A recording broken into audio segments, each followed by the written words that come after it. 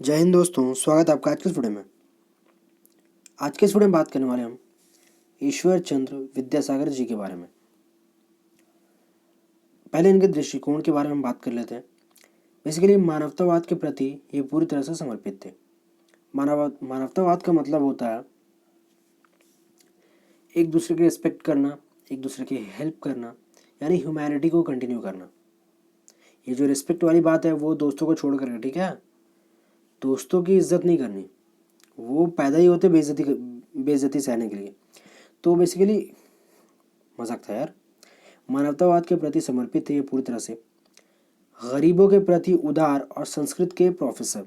ये ऐसा समाज चाहते थे जहां मानवतावाद के प्रति पूरी तरह से सम्मान हो। दूसरी तरफ गरीबों को जिस तरह से शोषण किया जा रहा था, उन्हें जिस तरह से डिस्क्रिमिनेट किया जा रहा था और उनके ऊपर जिस तरह से रेवेन्यूज़ और कर्ज थोपे जा रहे थे, उन सारी चीज़ों को ख़त्म करना। और इन सारी चीज़ों के दृष्टिकोण के साथ साथ वो बेसिकली एक संस्कृत के प्रोफेसर थे।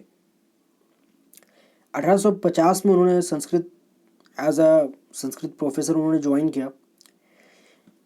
संस्कृत प्रोफेसर के रूप में ज्वाइन करने का उनका जो बेसिकली जो मकसद था वो ये था कि संस्कृतों को पढ़ने का सिर्फ और सिर्फ अधिकार अभी तक सिर्फ ब्राह्मणों के पास था, और ये चाहते थे कि संस्कृत के ऊपर का जो अधिकार है वो सिर्फ ब्राह्मणों तक ना रहे, वो बाकी जितने भी वर्ग हैं उन सभी वर्गों तक संस्कृत पहुँचे।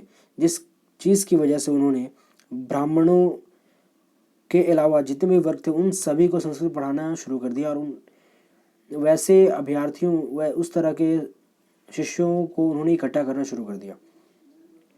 इन सारी चीज़ों के अलावा उन्होंने इंग्लिश में लेक्चर्स देने शुरू किए। इंग्लिश के साथ साथ बंगाली में उन्होंने लेक्चर्स देने शुरू किए। इन सारी चीज़ों के अलावा विधवा पुनर्विवाह और स्त्री शिक्षा कुछ ऐसे कदम थे जिनकी वजह से उनकी जितनी भी तारीफ की जाए वो कम है।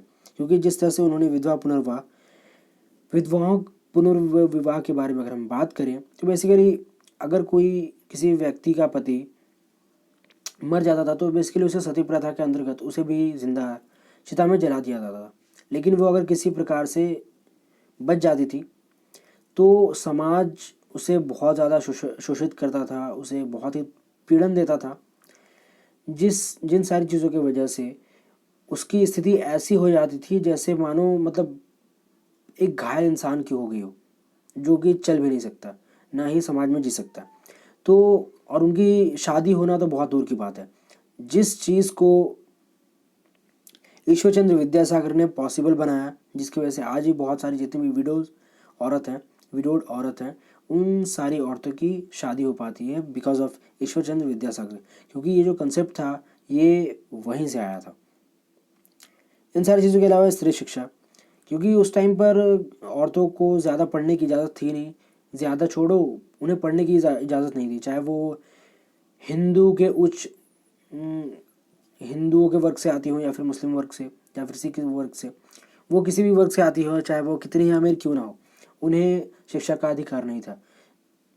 औरतों के अंदर, महिलाओं के अंदर शिक्षा का विस्तार हो और इस चीज़ का प्रसार हो, इस चीज़ के क्षेत्र में अगर किसी ने कोई काम किया है और बहुत ही सराहनीय काम किया है तो वो है ईश्वरचंद्र विद्यासागर जी।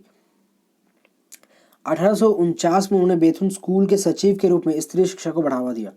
उन्होंने ऐसे अप्रॉक्सीमेटली 35 स्कूल्स बनाए जहाँ पर लड़कियों को, स्त्रियों को शिक्षा दी जाने लगी, और उन्हें हाई स्कूल की शिक्षा पर बहुत ज़्यादा जोर दिया जाने लगा उनके द्वारा। और एक टाइम पर ऐसा हुआ कि ईश्वरचंद्र विद्यासागर का समाज में बहुत ज़्यादा बहिष्कार किया गया, क्योंकि जिस तरह से वो महिलाओं की स्थिति में सुधार ला रहे थे, विधवा पुनर्विवाह को इम्प्लीमेंट कर रहे थे, और जिस तरह से ब्राह्मणों को संस्कृत के मोनोपोली से हटा करके बहुत सारे अन्य वर्गों में भी संस्कृत को फैला रहे थे, जिस चीज़ की वजह से समाज द्वारा बहिष्कार किया गया ईश्वरचंद्र विद्यासागर का, और उन्हें ये सारी चीज़ें सहनी पड़ी। तो बस आज के इस वीडियो में बस इतना ही था। अगर वीडियो आपको अच्छा लगा हो तो प्लीज़ लाइक करें, कमेंट करें, दोस्तों के साथ शेयर करें, और अगर आप इस चैनल पर नए हैं तो प्लीज़ इस चैनल को सब्सक्राइब जरूर कर दें। तो प्लीज़ जय हिंद, वंदे मातरम। यार प्लीज़ सब्सक्राइब जरूर कर देना यार, प्लीज़ प्लीज़ प्लीज़।